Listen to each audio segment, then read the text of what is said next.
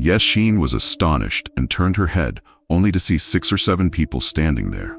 The lights were on, and Yeshin immediately recognized Zhou Min, Chen Shi, and the tutor Li. The other 3 were probably security staff, and Yeshin recognized one of them as the deputy head of security, Mu Ziyang. Teacher Li's face was thoughtful. Yeshin, you've been very reckless.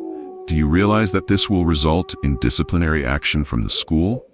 Yeshin initially intended to say, how did everyone find out about this? But at that moment, she understood everything.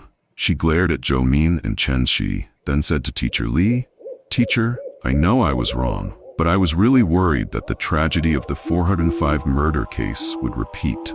I heard that this case is related to the Yueguan village case from our school in the past, so I tried to read the file."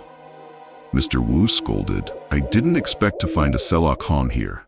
The experts from the police department have concluded that those incidents were suicides, and now you're saying otherwise? If you're really worried about that tragedy repeating, then you should first fix your thoughts." Mr. Wu's words were harsh, and Teacher Li quickly said, "Mr. Wu, Yeshin is still young and very receptive. We should be patient and focus on educating her." Seeing the young teacher wanting to lecture her, Mr. Wu sneered. "Yes, Teacher Li is very good at pedagogy. Please sign your name here. And tomorrow morning, no, right now, I invite you and your dear student to come to the security office and talk properly." Teacher Li looked at Yeshin and sighed. "I'm afraid that won't be possible.